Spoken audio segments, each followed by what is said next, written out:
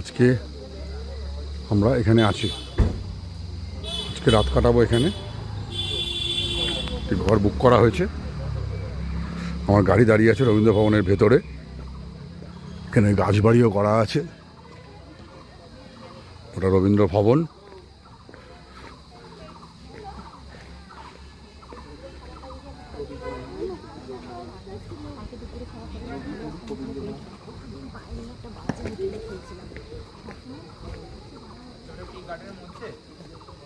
সেখানে আমাদের থাকার জায়গা।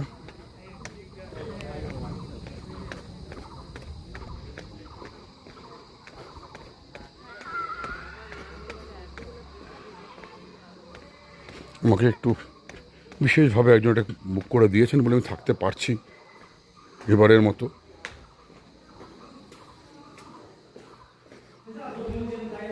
কি হলো ঘরটা নেই?